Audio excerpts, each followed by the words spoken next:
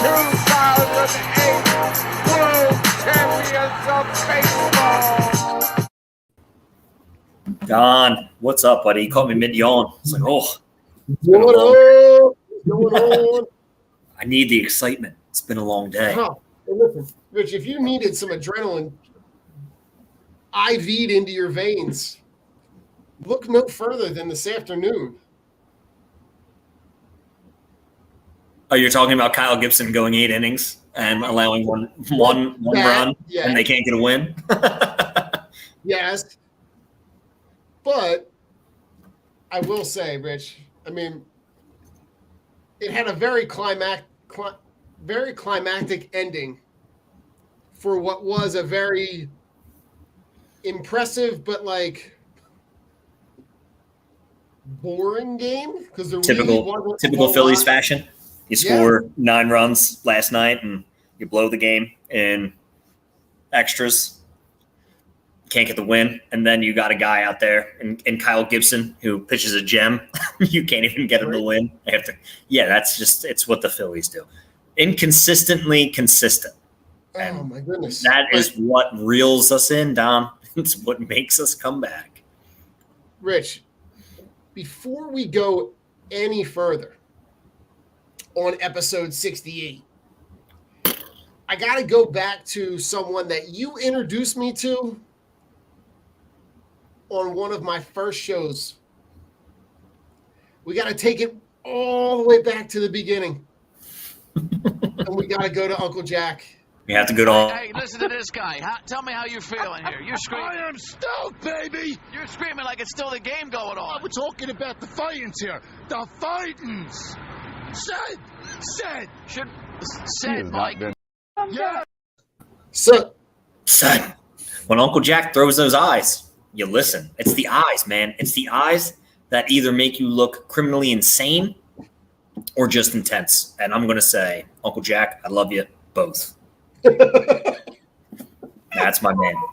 Uncle Jack is a legend. It's like one of those fables in South Jersey. It's like, do you know said guy? And it's like, you do know said guy because he's part of you every time the Phillies play. But you're talking about the Fightins. The Fightins. Yeah, listen, Uncle Jack is obviously internet famous. He's probably got his face on about 1 million T-shirts that he got $0 for. Yeah, poor Uncle Jack. Hey, listen, and if you want something, you can always go to the Drunk On Broad store and get the authentic said Uncle Jack shirt. Very true. Very true. Just saying. And listen, shout out to everybody, Chris, what's up, buddy? Mike. Phillies baseball is funny. If you like, I don't know, Mike. If you like being drug along, I mean, I love the fact they got rid of Girardi because that dude just had no idea how to run a team. And it just showed you that anybody could win with that Yankees lineup. And at the same time, it's like I'm back, but I'm still on the fence because I still know what this team is. Like, get rid of Norwood because that dude is hot trash. He is so fucking terrible. I think he did get designated for assignment. I think he did because he was hot trash. I talked about him like 3 times on the show because he's a fucking bum. And then Familia, like he's so bad. He's so bad. That and the puzzling thing for me with that move last night, and the yo-yo that game was, right? Yeah. They give up 4 in the first. And then they climb all the way back to 4-4.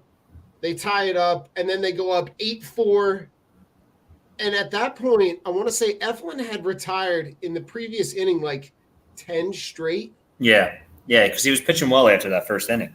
And his pitch count was like in the 90s. So like I did that in all the moves that Rob Thompson has made.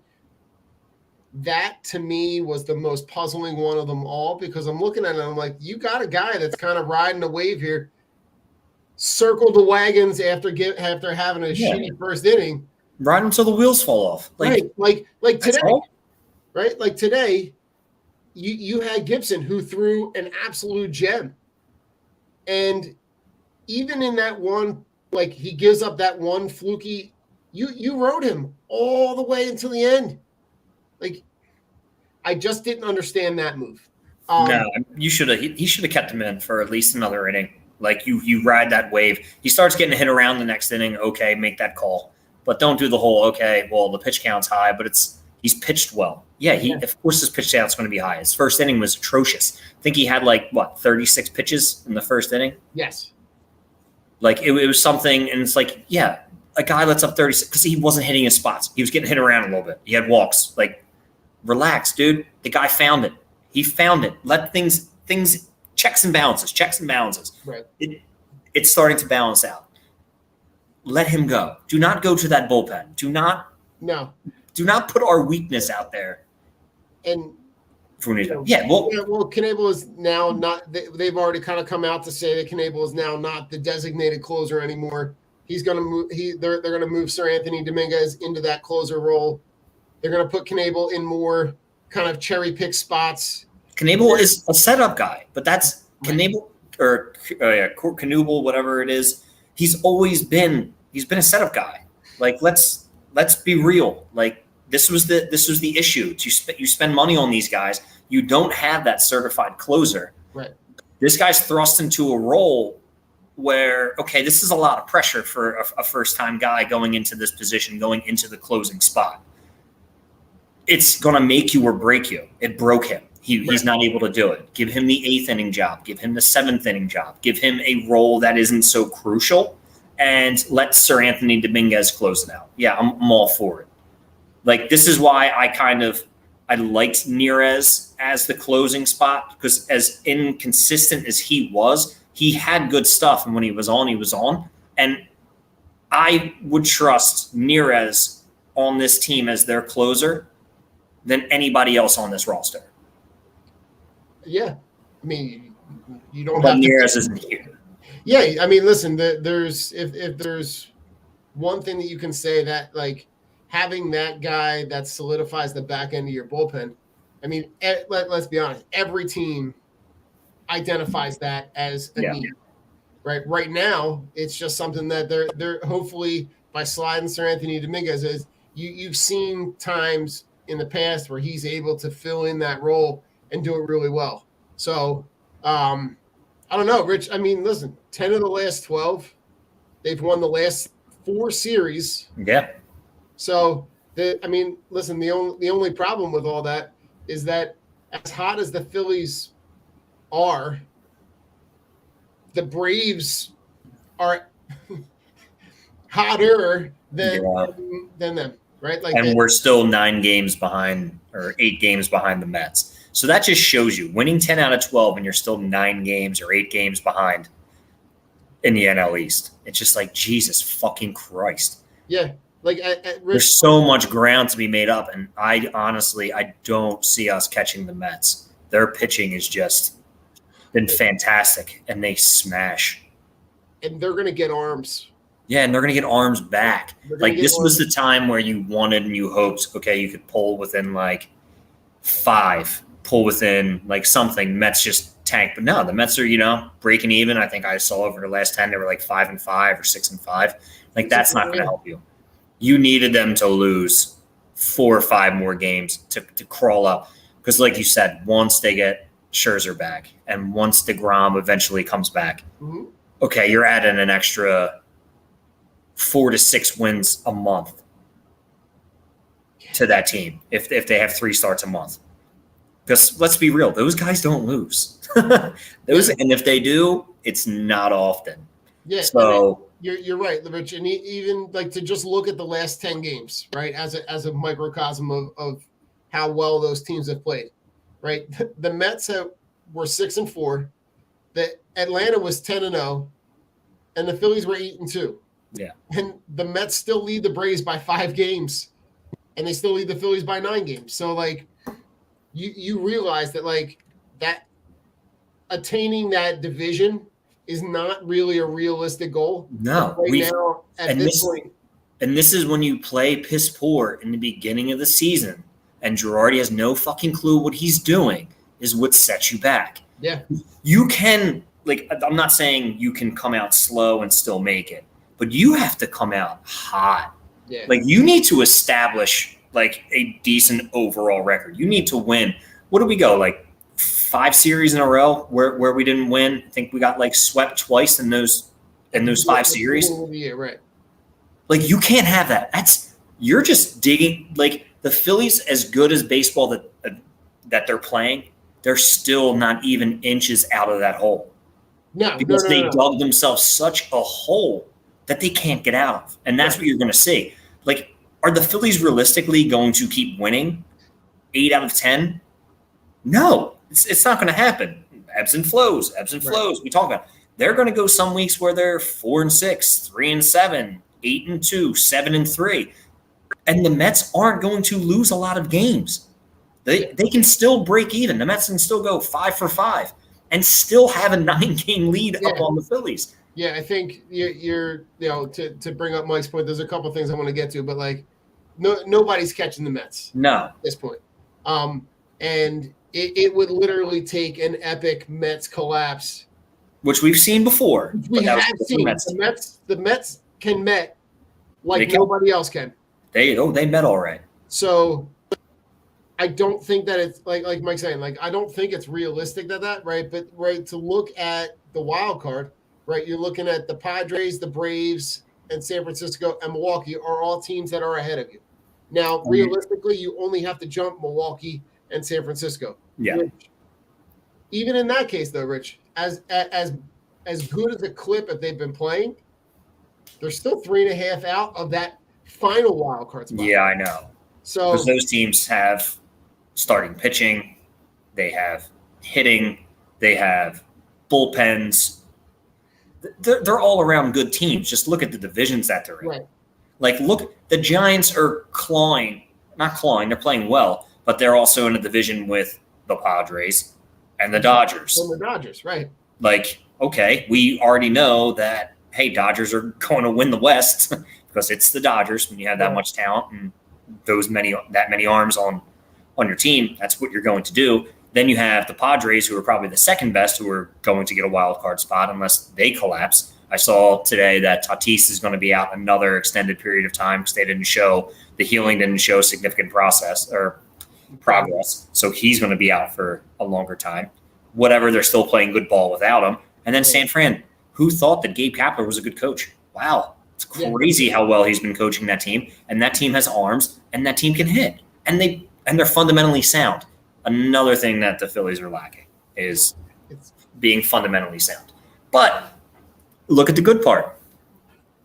What's wrong with Castellanos? It's just one of those things, Adam.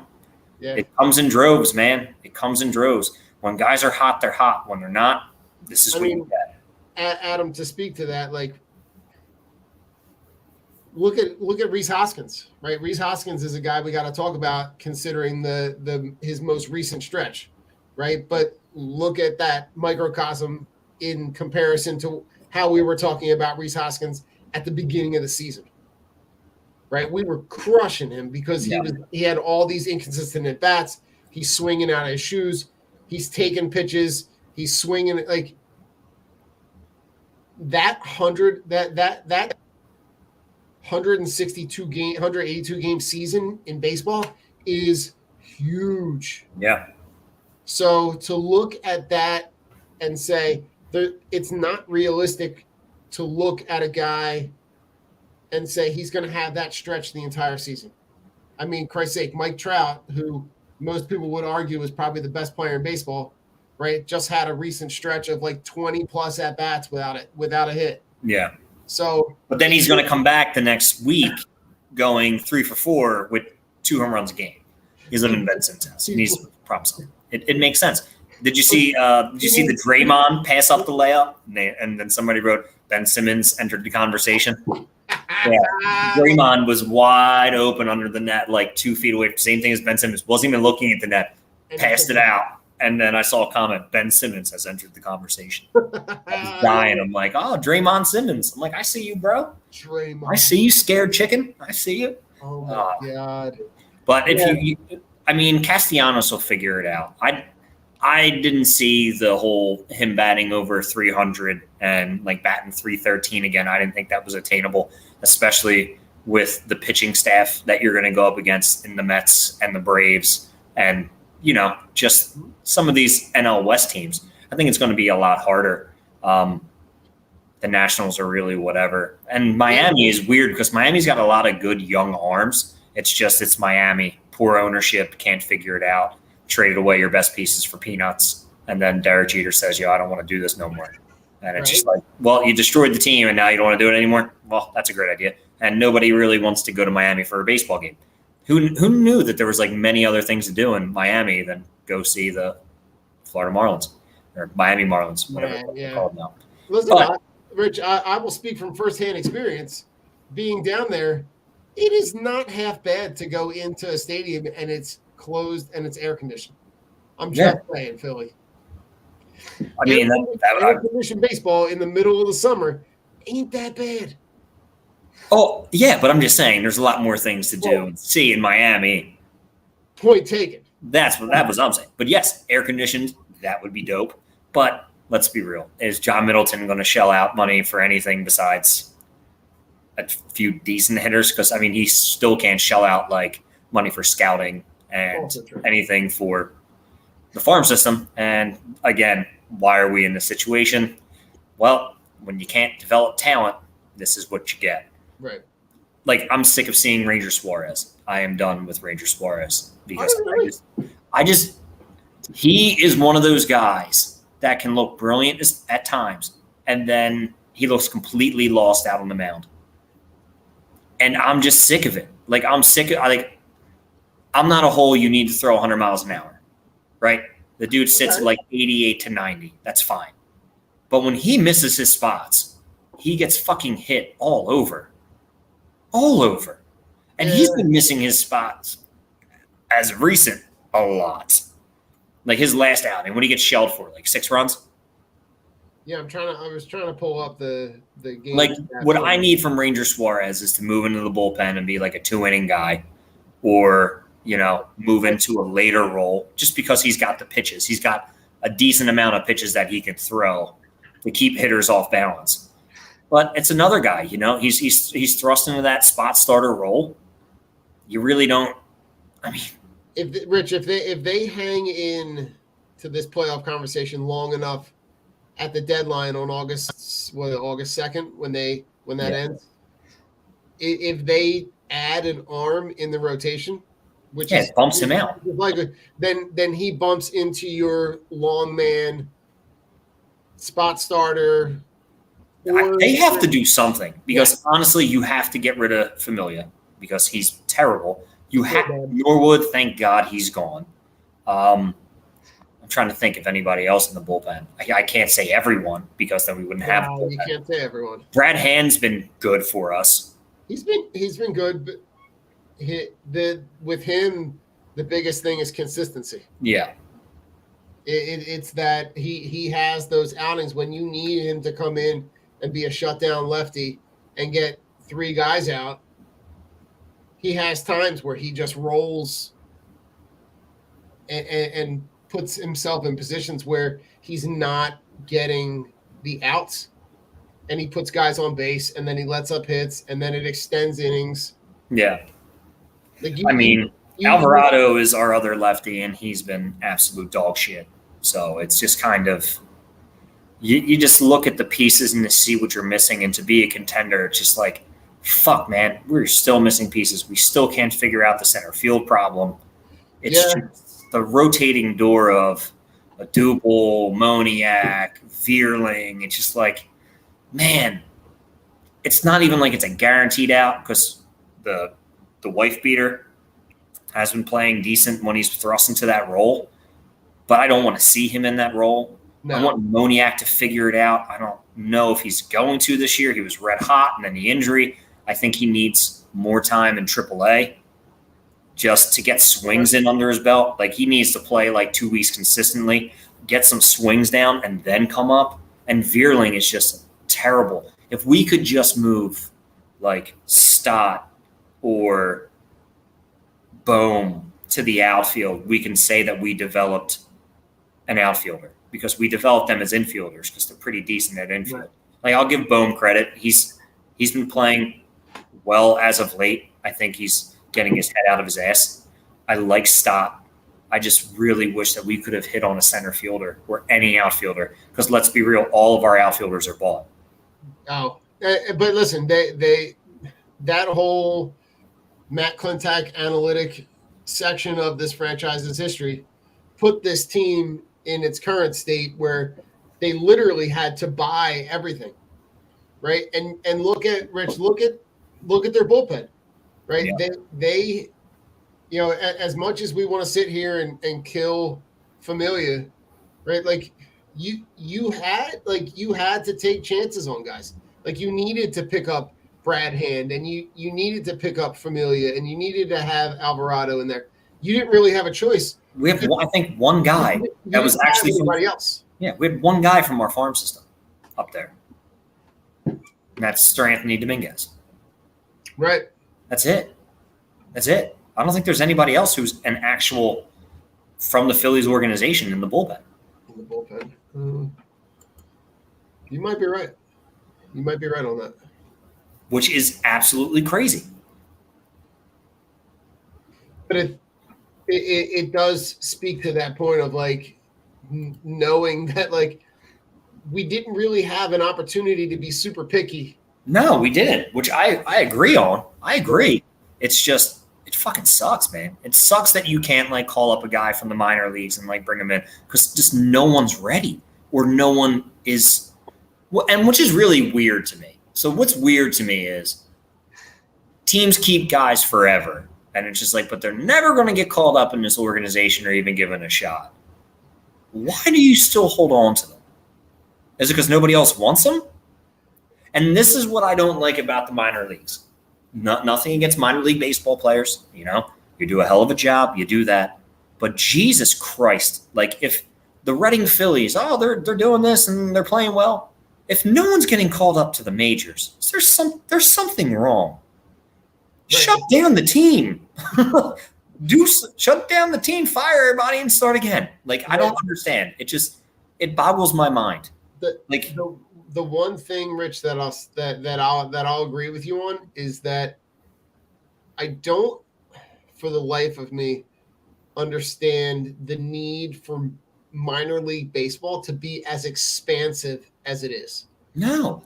Like, I understand that you need places for player development, but I think minor league baseball seems to me like it's a, how do I say this kindly?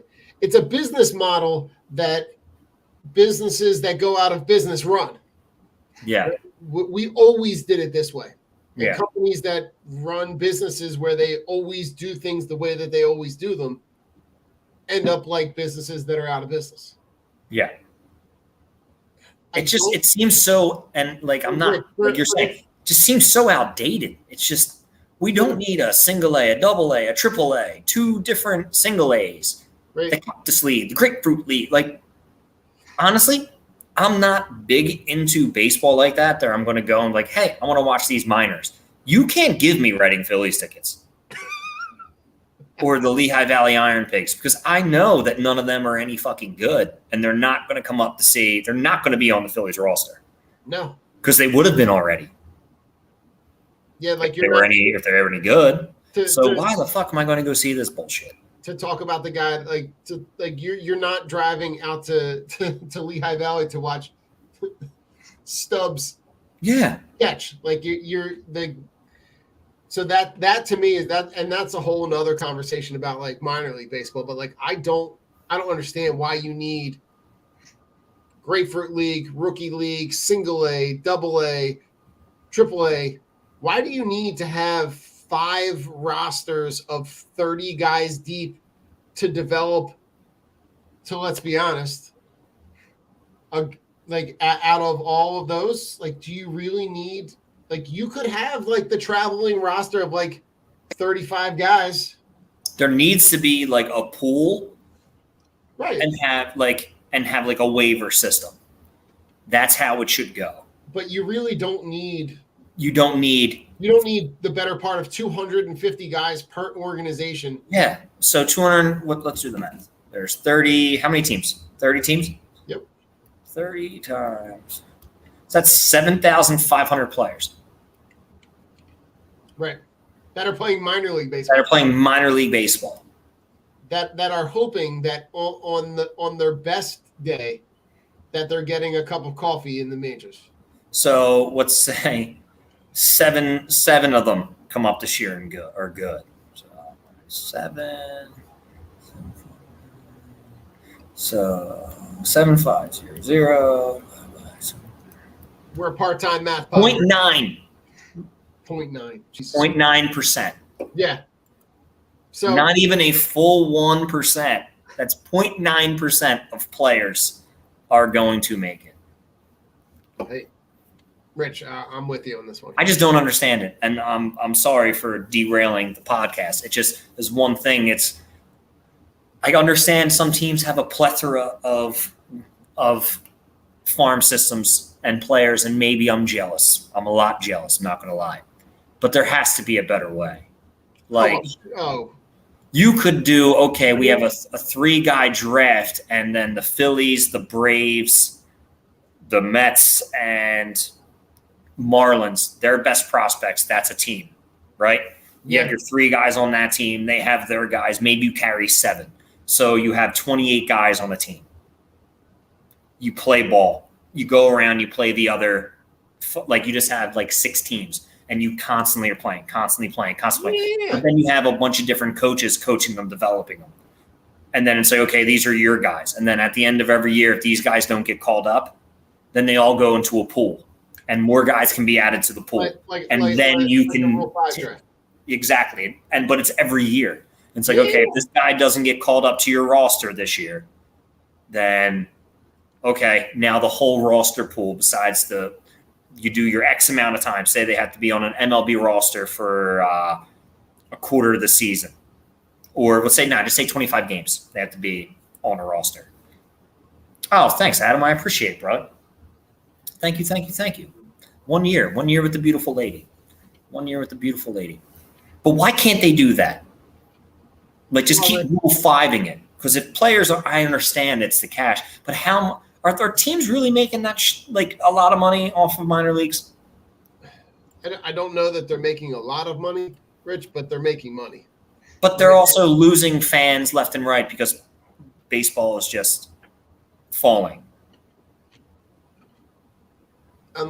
So I heard something. I was listening to the Baseball Tonight with Buster Olney, and they were talking about comparing in some of the minor leagues, they started to use the pitch clock.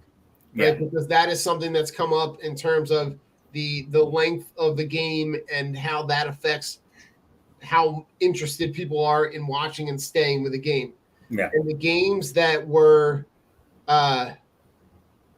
games that had the pitch clock implemented versus the ones that didn't were about 20 to 25 minutes shorter than the ones that didn't have the pitch clock. Now, to me, like that's reasonable, right? That you're shaving off, a half hour of what would be time. And to me, I look at it and I say, like,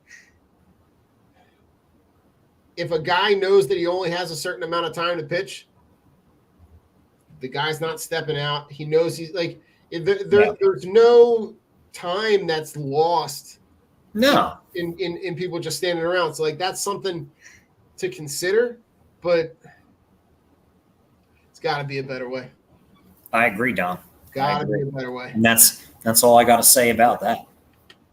So, agreed. Like the 4-hour 9-inning games are like I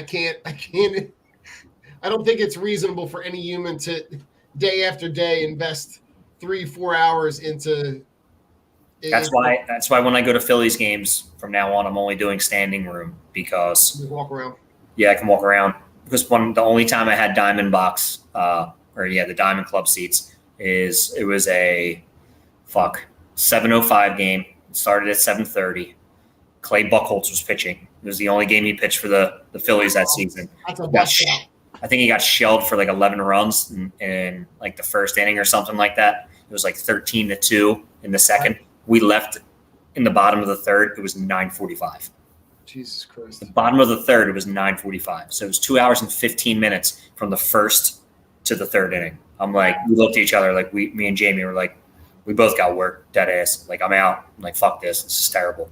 And I'm like, that, like, those games, like, just take it out of you. Because sitting there watching that shit is just like, you could give me a club seat for free, and I'm just want to like, no, I want to shoot myself or get the fuck out of here because this isn't worth my time. But that's baseball, though. Sometimes the games are worth it, and then sometimes it's like, fuck, why'd I waste my time buying this? Yeah, like, well, it's for the experience. It's like, nah, dude, I don't go to watch my team lose. Like, I don't have fun doing that. And there's not enough action to stay for 3.5 hours. Like, to keep you there. We normally buy the bleacher seats above Ashburn Alley. Yeah. So it's like we can go sit, we can walk. If the kids want to go do wiffle ball, or if they want to go walk around, we can go walk around and just go stand in different spots. The bullpen's right there. Yeah. But sometimes you got to stick around. Like today's a day where like, you stick around. You gotta stick around, and that to me was what a great way to like cap off this homestand. Now they go down to Washington and they're going to play 5 with the Nats. So, I think as long as they can keep winning series, Rich, I think it's a good place to be. It's better than them the way that they started the season. We'll reconvene in 2 weeks and we'll see how we're feeling. Absolutely. Yes, Mike, they do standing room only. Yes. Rich. Yes. Let's do something fun. Summer movie. Ooh, summer movies. Now there is a common theme that if you listen to this show before, you know that there's something that both of our kids are interested in. Oh yeah. Oh yeah. Give me your official review. Did you go, Don? Did you say it? We did. Now I have a funny story for this. I got to shout out my kid who his birthday is in February. Awesome. He waited. I said, well, what do you want to do for your birthday? He goes, I want to go see the Jurassic World movie. I was like, it's in June. He goes, yeah, no, I'm good. That's what I want to do. My man waited 4 months. That's awesome. To go Kip is a trooper, dude. I'll tell you what, but we went, Rich. We did the movie tavern. Oh, nice. We had the recliners. We're at Collegeville? Right in Flowertown. Actually, right down the corner. Right. It's actually 2 minutes from our house. Oh, nice. Rich, screen bigger than your house. Of course. The speakers coming out of your ear, man. It was incredible. It was a great and it was a great movie. It was long though, 227. It was that long. 227. Wow! It did to me. It didn't seem it. It really didn't seem that long. It did not at all. It seemed like it was an. I would say I thought it was like an hour and 45 tops, because to me it did not seem that long. I was fully engulfed in that movie. So my official review of Jurassic World Dominion, it got some really bad reviews on Rotten Tomatoes, terrible reviews on Rotten Tomatoes. But here's the thing about movie critics: when they want to pick something apart, they pick it apart for like story. When I go and see Mortal Kombat in the movie theaters, I'm not looking for great dialogue. I'm not really focused on a plot. No. I am focused on the part of the story that I want to see, fighting. So what did I want to see in Jurassic Park or Jurassic World? Dinosaurs. I wanted to see how they assimilated the dinosaurs into real life, like scenarios that are kind of, what would happen if people did get their hands on these dinosaurs, or they fall into the wrong hands. I'm not going to give out spoilers, but the action was awesome. It was awesome. The imagery and the scenery was great. I honestly did like the plot though, Don, with the like the GMO, when they genetically altered the one thing that was taking everything out. Yes. And I did like that, because it's like, oh shit. And then he's like, oh, well, what are they not eating?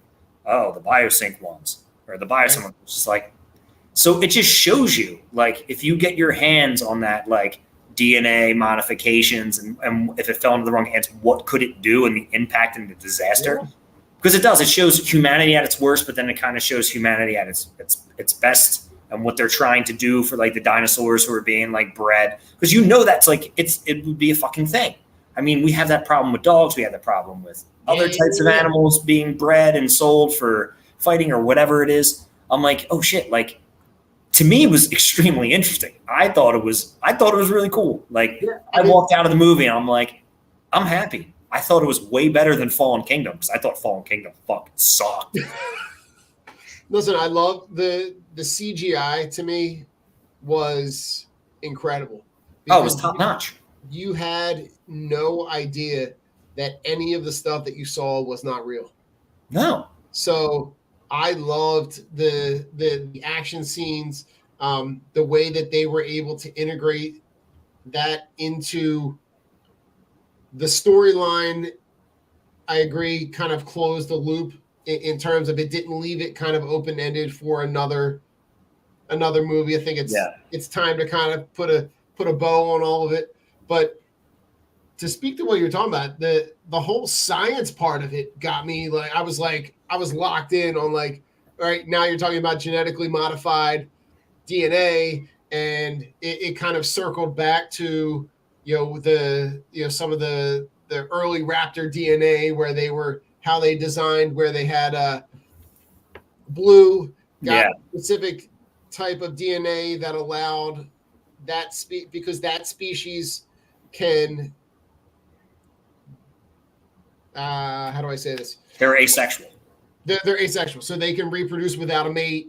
So that it's like, basically having your own clone. Like you have identical DNA because you're not sharing it or mixing it with anything else. Like I thought that was absolutely, dude. I thought it was cool. Like that whole that stuff. I'm like, all right, wait, they got this from here, and I was locked into all that, so I really loved that aspect of it.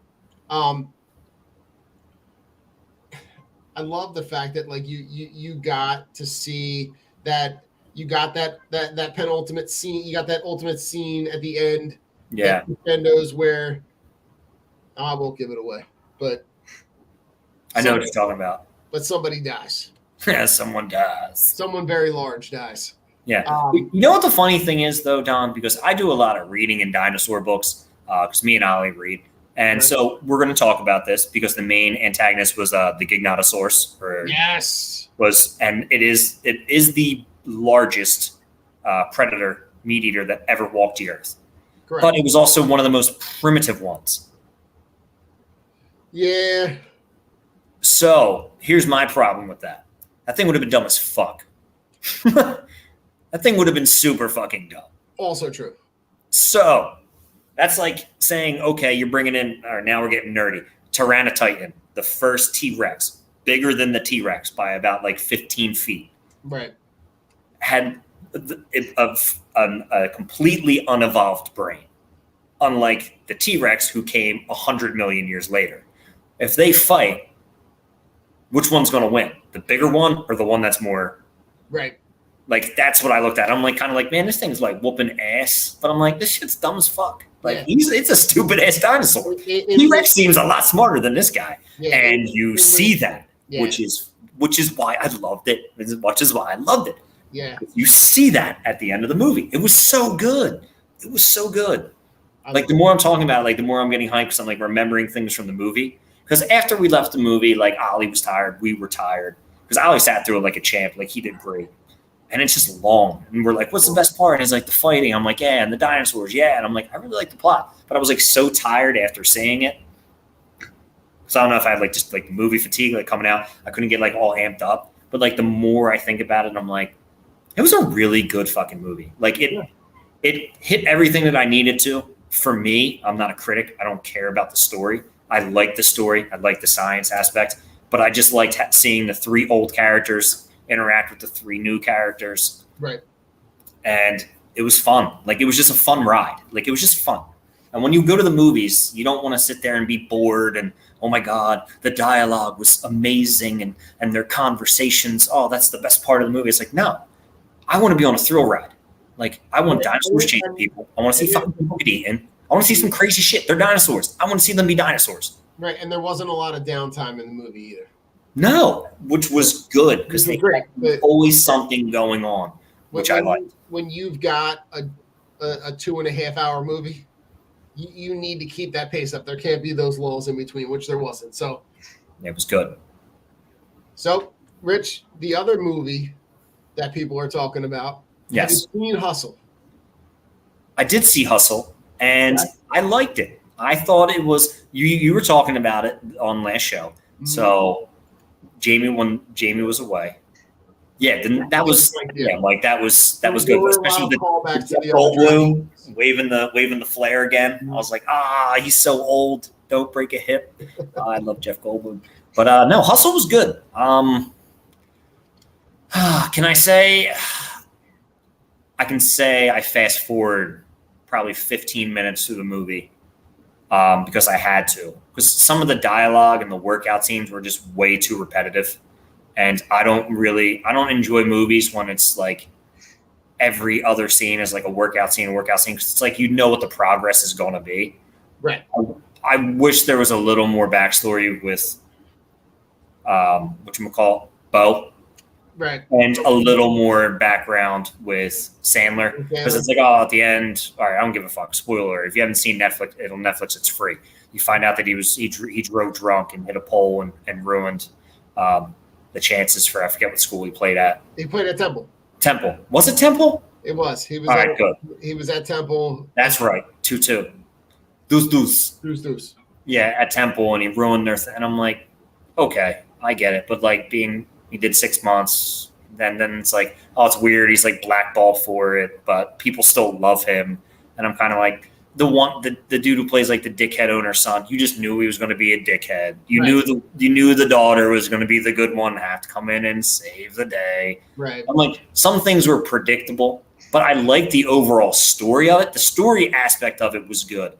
I was just saying, I did enjoy the storyline of it. I did like. It was a great story. And seeing a lot of familiar places, right? Seeing the scene wherever they were shot, whether they were in Manioc or whether it was at Girard College or, in and around the city.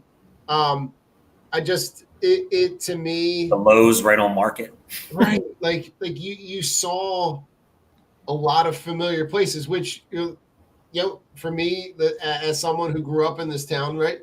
You enjoy seeing your city. And it was cool in that aspect. In a really, really good way. I was mad as shit at the ending, though. Yeah, spoiler alert, right? The ending of the movie turns out to be a lot like the reality of the town, in a sense where they had. That's what pissed me off. I'm like, they had an opportunity to get this guy when he would have been free. And you miss out on that opportunity. And then who the fuck gets him? And then he ends up in Boston. Fucking so mad. So mad at that part. I'm like, he would end up in Boston. Like, listen, and Rich, even in the alternative reality of Hollywood, we still blow the opportunity to get the good player. Yeah. Well, when you had that douchebag being the owner. Right. That's what happens. Like, I loved, and it's great because Robert Duvall was the dad before he passed, right? And he's always good in everything. And it sucks that like he passed like early in. But Leon, fucking Kenny, like listen, the relationship between him and Adam Sandler in the movie. Yeah, that was great. I like when he's talking about the titties. Like, oh, come on, turn around, look at the titties. He turns around and it's just like an old man and an old fat man and his wife. And he goes, "Those are your titties." He's like, "Yep, those are definitely my titties." And like, I'm just like, that shit was funny. I liked seeing Anthony Edwards play Kermit. Like, that was cool. Anthony Edwards played that role to a T. He did. The trash talking I heard a lot was some of the ideas that they got for the trash talking was from game tape, like his actual trash talking when they have him like mic'd up. But he played that role incredibly well. Yeah, the pickup game at the end, like to get him to where he was, like that was cool. Seeing Trey, seeing Jordan Clarkson, I think the part that Aaron Gordon. I loved how they incorporated all the old guys, the current guys, and their roles in, like, whether it was in a pickup game or whether it was just guys that, you know, played different roles. But like the callback to a lot of the older players was nostalgic. I thought it was cool that they also incorporated, you know, some owners. of the, what's up? Like some of the owners. Oh, some of the owners, but like the Dr. J. There was Dr. J, but they had like some of the street ball guys. Oh yeah, they had some of those guys in there. The professor was teaching them handling. Mercedes was in there. What was his Showtime? There was a bunch of those dudes were. I'm like that was cool shit. And speaking of basketball and hoops movies, Rich, if you have not had an opportunity to go see the latest 30 for 30 about the M1 mixtape, and it's called The Greatest Pickup Game Ever. Okay. Should be on ESPN. All right, and it should be. It'll probably be on. It's a really, really good ESPN Plus. It'll probably be on ESPN Plus. Into like the whole backstory of the N1 mixtape. I would like to see that because I used to watch that all the time. Well, it's a quick watch. It's only like an hour long. Yeah. It goes back to like those first mixtapes where like they literally were just standing there at a court just with a camcorder. And then they take it to a DJ, and the DJ just watches the mixtape, just watches the highlights, and is making and is just mixing the tracks. That's awesome. Literally just dubs the music over top of the VHS tape. And then they sell it they're selling VHS tapes out of like a sneaker store in New York City. That's awesome. That's I'm gonna have to check that out because I always enjoyed the M1 mixtape. Most definitely. My Hustle, I'm gonna say I give Jurassic Park 5 out of 5 stars because I loved it. Hustle, I'll give it 3.5 out of 5. All right. Too much exercise montage. It fucking kills me. Like we get the whole Rocky story behind it. You took the word. Like we don't need to pay that much homage to it. We understand he's training hard. In those stories, like the dramedies and the comedies, I do need a little more story. Like I felt like I was playing like my player on 2K, and how it's like you don't get enough from your character and you wish there was more storyline. Gotcha. That's what I felt like I was missing from that movie. Yeah, you could have gotten a little bit more out of that, like if you played more into the Queen Latifah, Adam Sandler relationship. Yeah, because there was nothing even about that. Like there was like there were a handful of lines, but nothing. Yeah, that really handful of lines, but like no scenes like really like prove to me that like they were married or like even remotely happy. You know what I'm saying? It's like it's just weird. It's just like, oh, this is my wife. How'd you meet? Sat next to her on a bus. I told her I was going to marry her one day. She thought it was crazy. And that's it. Then she's at the game and she's waving to him at the end. And I'm like, this is so fucking weird. I'm like, we know jack shit about this dude besides he's loved by everybody in the NBA. But can't catch a break from anybody. Can't catch a break. So you know there's a backstory. You know he's got a fucked up hand. So you got to know it's got to be something serious. But let's wait till the last like 25 minutes to say something. But I'm like, build that story though. Like you got to, like I get it. It's two underdogs trying to make their name. But give me more of a story. Give me 20 more minutes of story and 15 minutes less of the running up the hill scene every fucking day and the ball handling. Then it's a good movie. Because then you can do a 5-minute montage at the end of the movie or wherever where you show his progress and it's all great. Like you don't need to build that up.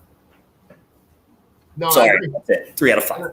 No, okay. Yeah, listen, the Jurassic World, I would give that was a 5 out of 5 for me. Hustle, maybe 4 out of 5. Okay. So I'm not mad at it though. Not mad at all. Good call. All right, brother. Final thoughts. What do you got? Oh man, my final thoughts. I don't really have anything compelling for tonight. I would just say we have 6 days till the official start of summer. Ooh. Get outside, people. Have some fun with the fam. Enjoy the summer because it flies and it's over real quick. So make sure you enjoy it. Make sure you plan a few day trips. Make sure you stay safe. Gas is going to be astronomical this summer. So try to make them quick. If you had to work a little extra to get that gas money, do it. Have some fun. It's summertime, baby. It's summertime. You got 6 days till the summer solstice, and you got 5 days till your boy's 33rd birthday. Ooh. Right? And Don, another final thought for me. Happy Father's Day, my brother. Wow. I hope you enjoy it, and I hope it's good.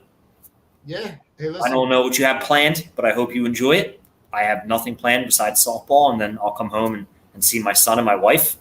And then we just, and that's all I need, dude. I'm good. Sit by the pool all day.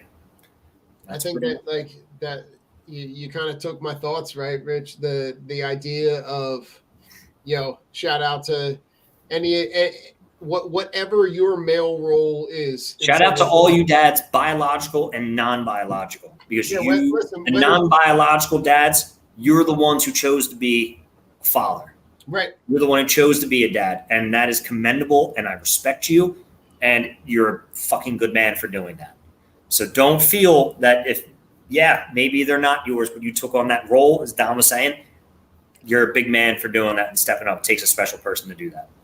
So shout out to, with Father's Day on Sunday, shout out to dads, stepdads, granddads, pet dads, whatever your role is. Nah, fuck pet dads. I don't play that game. You and I are pet dads. Come on. Stop, Don, because I'm not saying Happy Mother's Day to I'm a dog mom. Fuck you. That's not a human. Like, you can leave your pet alone for 12 hours and you can't get charged for fucking neglect and child abuse. Okay? I leave my kid alone for 2 minutes. He'll fucking eat a shit ton of chocolate, probably shit on my floor, and then use his fake iPhone to call the cops. I don't know how he would do it, Don, but he would do it, and I'd be in jail. So all you dog moms and dog dads, fuck you. You're not real dads. You want to be a real fucking pet dad? Get a fucking fish. If you can keep that bitch alive longer than 2 weeks, I'll call you a pet person, because those things fucking die quick. You got to know chemistry, and you got to balance your water. Prove me wrong, motherfuckers. Sorry, Don. I just Carry brought on. home 7 fish from school. Carry on, Don. Carry on. Oh, so I keep interjecting. Happy Father's Day to anybody out there who shares a dad role. The idea that you provide that male role model is something, so if you're out there, good luck in terms of providing the best type of knowledge that you can for your kids. We need more male role models. We need more father figures. Definitely. So we commend you all for stepping up to the plate, because it's not an easy task. Not many people want to do it. So thank you for being good dads. And listen, before we head out, Rich, shout out to Lots of Rain, Team Clicks, Shocked, Streaker Sports. We're really thankful for our sponsors. If you want to head over to the link tree that's in our bio, you'll see all the codes, all the things to do if you want to be out there and support us. Tiki Live! We're on Tiki Live tomorrow at noon, on Saturday at noon. Jason and I and Joe are going to try to put together a kind of wrap on the season tomorrow night to talk about the Stanley Cup, but also kind of put a wrap and maybe talk a little Flyers coaches. So, are you guys going to play taps? You need to play taps and wear black. Just saying. Okay. We probably. I think we've already played taps multiple times. So, I mean, listen, if we have to put them down, play Ave Maria. Get everybody crying. Ave Maria. Ave Maria. When they always play when they bless the casket. Stop. You got to do the opposite. You got to play some Black Sabbath or something. Because I'm sure Jason's got it in his catalog. He's got something good for you. Oh, Rich. On that note, Philly, you stuck around, you fucked around, and you found out. Fuck you, Spike Eskin. Fuck you, Sean Watson. To all the fathers out there, happy Father's Day. Keep doing you. And dog parents are not real parents. Love you.